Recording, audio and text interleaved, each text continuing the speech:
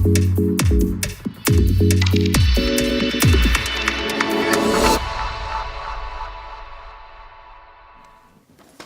I've been asked to look at Brexit economics, what's the reality for UK business. So I'm going to stand back. Constanza did a very good explanation of the automotive sector.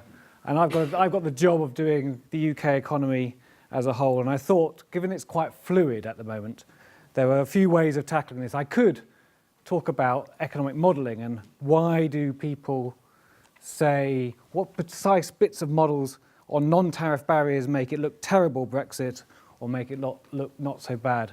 I could alternatively have gone to sort of page 376 of the draft withdrawal agreement and talked about the importance of Article 9 of the Northern Ireland Protocol.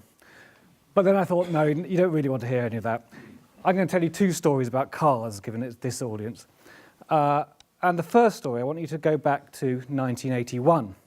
Mrs. Thatcher was quite a new Prime Minister. Bucks Fizz were making their mind up, and I was quite a lot younger than I am today. And we used to go to the continent quite a lot because we have relatives over there. We had quite an old car at that time. And one time in the summer, my dad went into a VW garage in Germany and saw there was a bit of a bargain for sale. It was this car, a Passat Estate of the 1970s vintage, which was just being superseded then in Germany and was going quite cheap, particularly cheap if you were from Britain and did a lot of driving on the continent, so you didn't mind it was left-hand drive so much, because sterling was buying in 1981 5 Deutschmarks to the pound. If you would think of the equivalent today, that would be 2.20. So that's how much the pound has depreciated. It was a one-off high in 1981. It was a moment where, because of North Sea oil, sterling was extremely valuable, and so that car was very cheap. And so we had to export it from Germany to the UK. It meant you had to put some funny number plates on the car, drive to Calais, get on quite an old and look a very, very small ferry, and then go to Dover and import it through customs. Now, my memory of this as quite a young boy was I was quite interested in all of this. It seemed quite an interesting thing to do, except we spent 3 hours at Dover that day. And it wasn't tariffs. UK was part of the EU. We were part of the customs union in 1981. It was VAT. It was VAT that stopped us getting through customs quickly that day because we had to pay. Part of that funny number plate was that meant that you could have VAT deducted in Germany, and then you had to pay when you arrived in the UK because we didn't have the current European-wide VAT systems. Took a long time because you had to prove its value. But that wasn't the only thing. I spent a rather enjoyable weekend with my dad a couple of weeks later where we had to look all over the car for this sort of symbol, all over it to show that it met UK type approval from the DVLA, because it wasn't, the fact that it was on sale in Germany didn't mean you could sell it in the UK, and it wasn't registered to drive until you had verified that this symbol was all over various bits of the car. Remember at the time France had yellow headlights, the Scandinavian countries had little wipers on their headlights, so these things were often used to try and help domestic manufacturers, not the European sector as a whole. And it really shows, I think, how the single market, which has unified all of these rules, is incredibly important. So customs union alone just gets rid of duties and rules of origin. It's the single market, which means you have frictionless trade in the automotive sector, but not just the automotive sector, for goods entirely. And the second story about cars, I'm going to bring you up to date. Let's look at my current car. It's this one.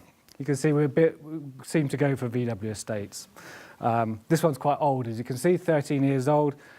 In London, as you can see, it's parked on the street in London. It's inside the North Circular. We won't be able to drive this in 2021. I do sort of keep up to date with regulations, and Sadiq Khan has meant that this will be extremely expensive to use come 2021. So we thought, even though it's done a low mileage, we thought recently we would sell it. And being boring, we're going to buy this car. which is again another Passat estate. And partly because it's very unfashionable at the moment and the discounts on it are very, very high.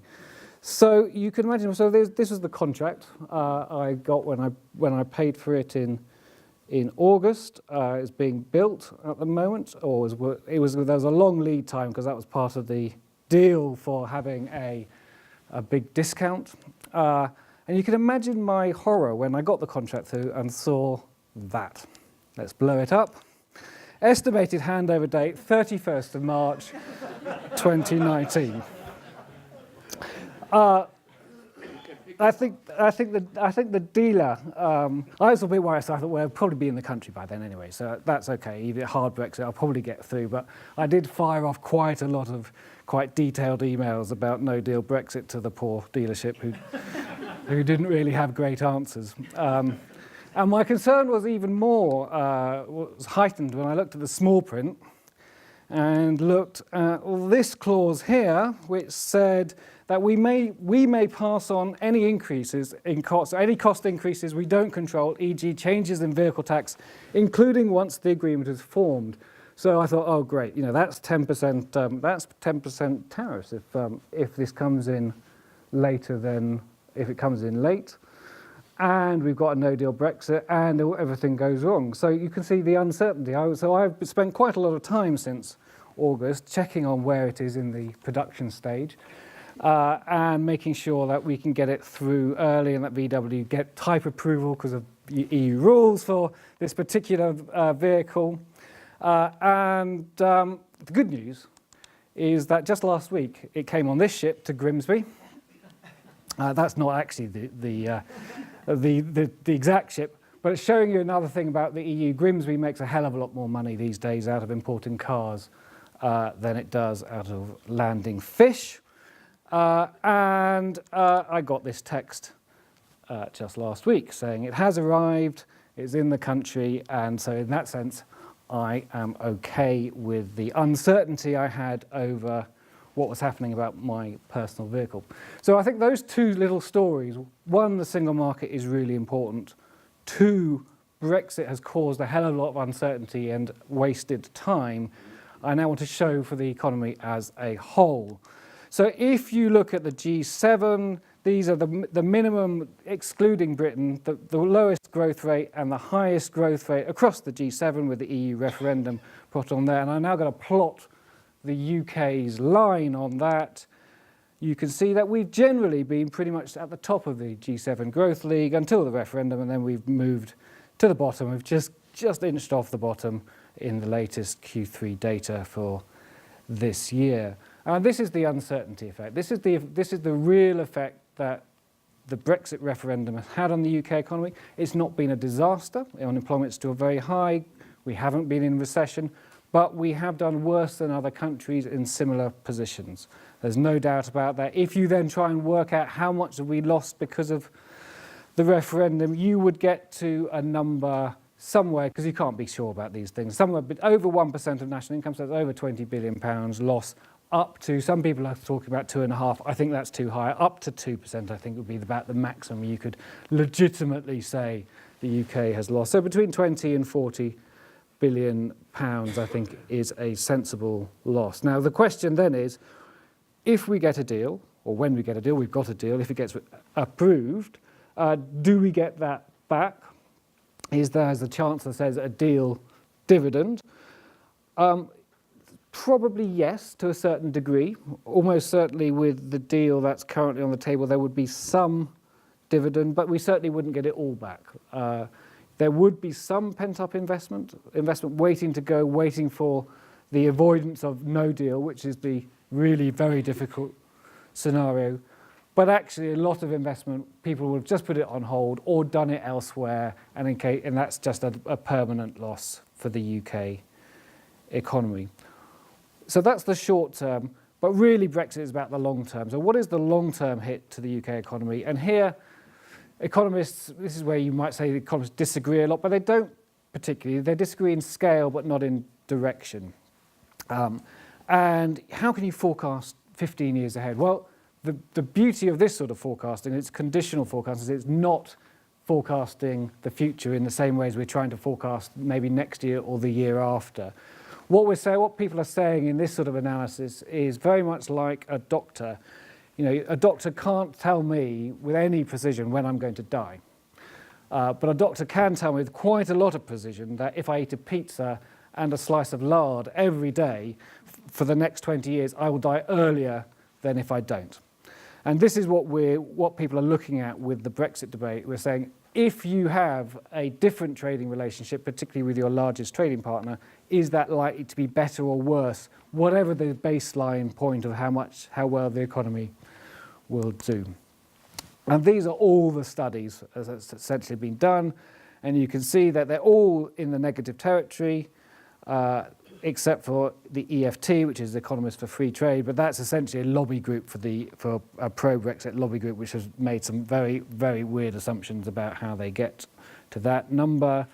And underlying these numbers, the different blobs are the different sorts of Brexits people are assuming, and essentially the bigger losses, these are long-term losses relative to where we would otherwise have been as a share of national income, ranging from about 4 or 5% to very large ones, which are probably a little bit too big. Put that into some sort of context, you get the things that you can say from here is the harder the Brexit, the bigger the rupture with the EU, the worse the numbers are. And the more dynamic we think about it, the ones that are bigger are where people have added sort of productivity effects to it. So that's the real difference between these different models. There's not a lot. They're basically all trying to do a very similar thing. So what it should tell us is that we want to stay as close as possible. There are not huge gains for the UK economy to be had from trade deals with other countries, which we hear a lot about, but there are potentially quite significant losses if we really have a very hard break with our nearest trading partners. So where are we on the negotiation right now?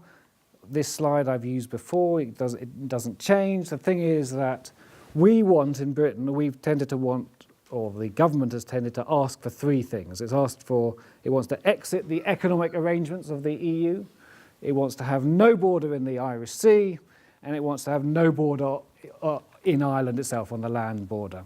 The trouble is, if you exit the economic arrangements, if you insist on having control over your money, borders and laws, then the EU will insist on having control over their money, borders and laws if they're not the same, and that's why you have a need for a border to check things as they cross.